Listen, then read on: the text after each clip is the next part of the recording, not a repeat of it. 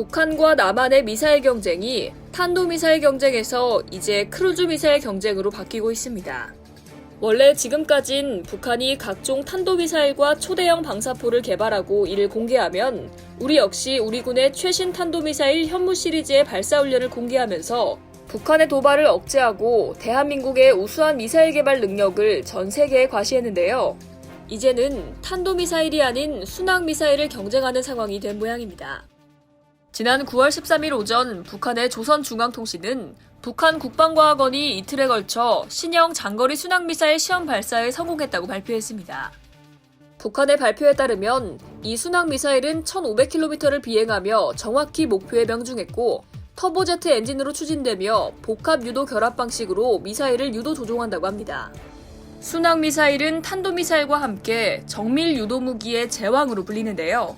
두 미사일의 역사는 모두 나치 독일에서부터 시작됐습니다. 전황이 불리해진 나치 독일은 세계 최초의 순항미사일인 V1 미사일을 1944년 6월부터 3만 발을 생산했고 곧이어 1944년 9월 세계 최초의 탄도미사일인 V2 미사일을 1600발 생산해 영국을 공습했습니다. 탄도미사일은 관성과 중력의 법칙을 이용해 높은 고도에 올라갔다가 내려가지만 순항미사일은 비행기처럼 큰 날개와 제트 엔진을 장착해 속도가 느린 대신 탄도미사일보다 정확도가 높은 장점이 있는데요. 그래서 세계 각국은 탄도미사일과 순항미사일 중 한 미사일 종류에 올인하기보다는 두 미사일 모두 다 개발해 적절한 용도로 나눠서 사용하는 걸 선호합니다. 즉 북한은 지금까지처럼 탄도미사일에 집중하는 게 아니라 다른 국방 선진국처럼 탄도미사일과 순항미사일을 섞어서 발사해 대한민국의 안보를 더욱 강하게 위협하겠다는 의도를 비췄는데요. 대한민국 군과 국방과학연구소는 이를 의식한 듯 9월 15일 수요일에 매우 뜻깊은 신무기 하나를 공개했습니다. 바로 천용 공대지 순항미사일입니다. 문재인 대통령이 SLBM, 초음속 대한미사일, 고위력 탄도미사일, 그리고 고체 추진 발사체와 함께 본 천용 공대지 순항미사일은 북한의 신형 순항미사일과 비슷한 부분이 많습니다. 제트 엔진이 달려있고 긴 날개가 붙어있어 비행기처럼 비행해 정확히 표적을 타격할 수 있습니다. 하지만 몇 가지 북한이 흉내낼 수 없는 큰 차이점이 있다고 하는데요. 대략 3가지 부분에서 차이가 크다고 합니다. 첫 번째 차이는 대한민국의 천용 미사일은 스텔스 형상을 갖췄다는 겁니다. 미국의 F-22 랩터 전투기나 B-2 폭격기의 경우 레이더에 잘 잡히지 않는 스텔스 기능을 갖춰 적군이 비행기가 어디 있는지 알기 어려운데요.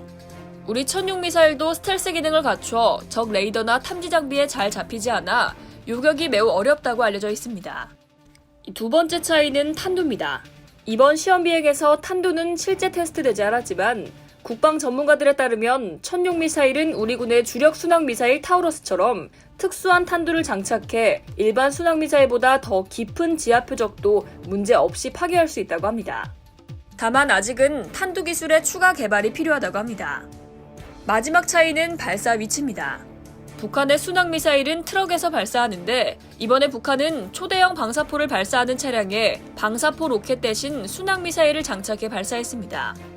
트럭으로 돼 있어 움직이면서 적의 공습을 피할 수 있지만 한국은 이미 이런 이동식 발사대를 공격하기 위한 많은 신무기를 개발 중입니다. 반대로 우리 천용 순항 미사일은 이번엔 F4 전투기에서 시험 발사를 했고 앞으로는 우리 군의 국산 전투기인 KF-21 보라매 전투기에 장착해 운용할 예정입니다. 마하의 속도로 비행하는 전투기는 그 자체로도 속도가 빠르고 자체 방어 장비 및 세미 스텔스 기능이 있어 적이 우리 천용 미사일을 발사하기 전에 탐지하고 요격하는 게 매우 어렵고 공격 범위도 지상 발사용보다 훨씬 넓어질 것이라고 합니다. 이상 K디펜스였습니다.